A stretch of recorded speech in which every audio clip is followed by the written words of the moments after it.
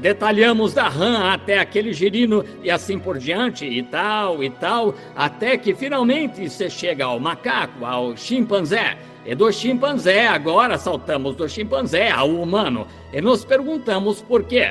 Bem, a ciência diz, agora espere, podemos cruzar a mulher com o macaco e com o chimpanzé, e então vice-versa, o homem cruzar com o chimpanzé.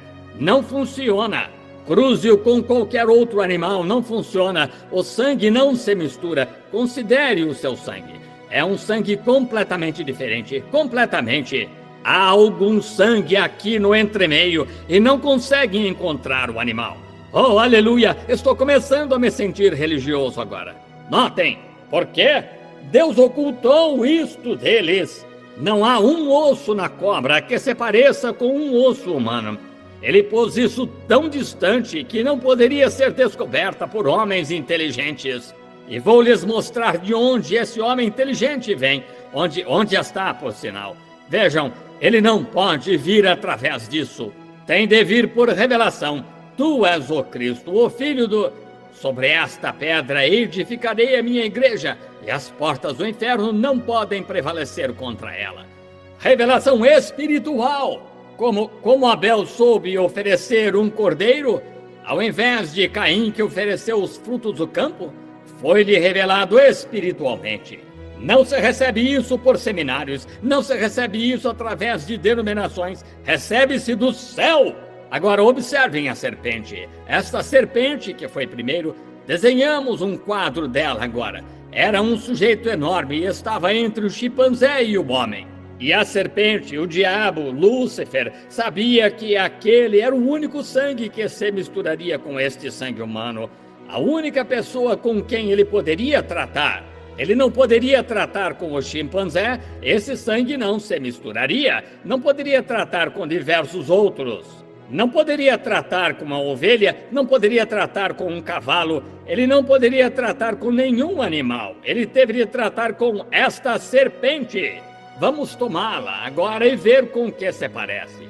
Era um sujeito enorme, um gigante pré-histórico. É aí que encontram estes grandes ossos e lhes mostrarei isto na Bíblia.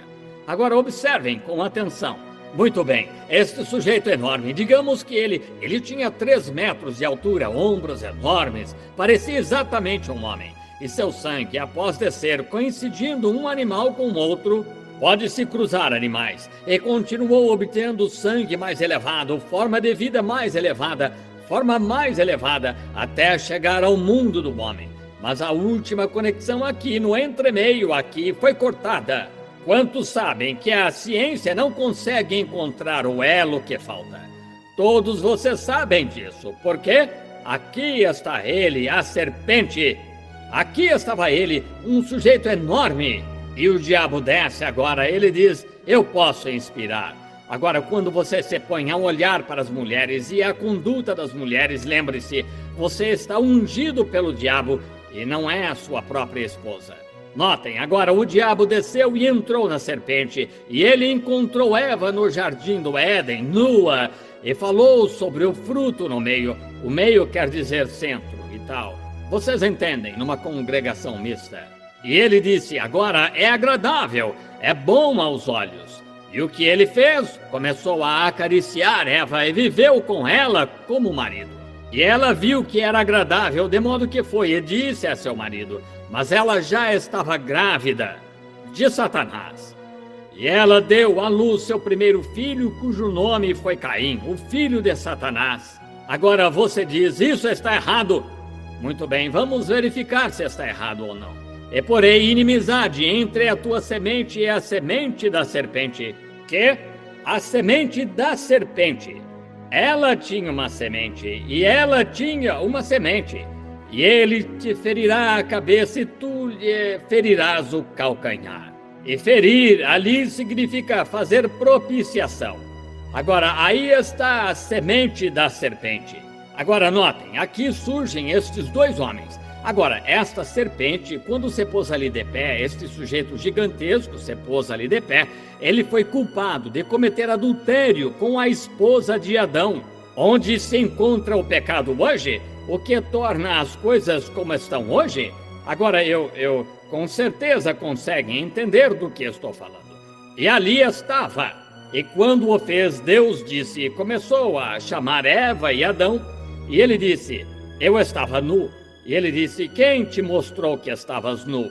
Então eles começaram, à maneira do exército, a pôr a culpa no outro. Disse, bem, a mulher que me deste fez isso.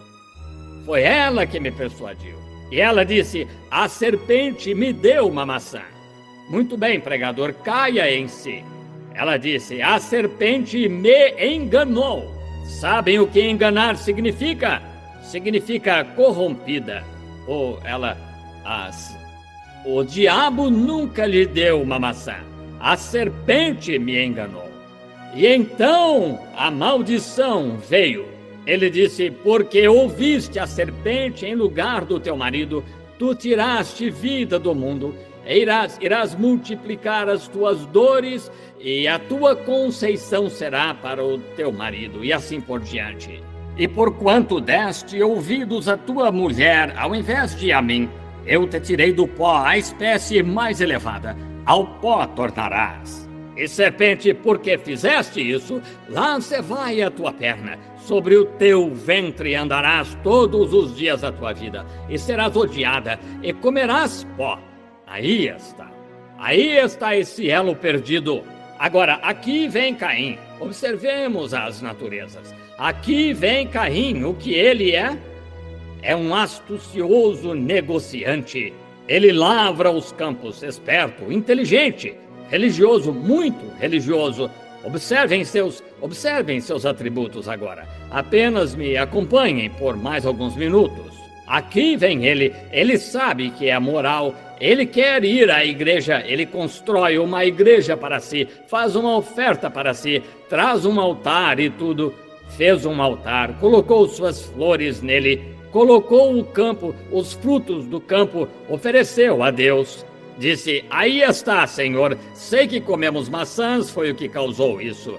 Alguns dos descendentes dele têm o mesmo tipo de ideia. Mostra de onde veio.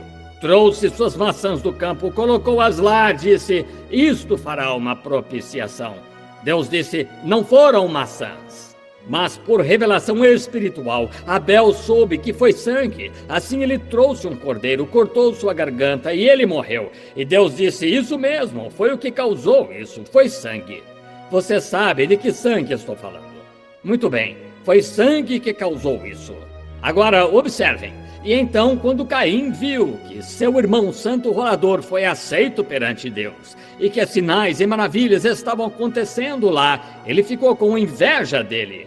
Disse, pararemos isso agora mesmo. Vejam seus irmãos, vejam seus filhos, até hoje. Agora, sou mais inteligente do que ele. Então, irou-se. De onde vem a ira? Poderiam vocês dizer que a ira...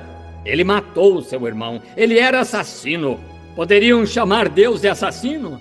E Adão era o filho de Deus. A Bíblia disse que Adão era o filho de Deus, aquele princípio puro lá atrás.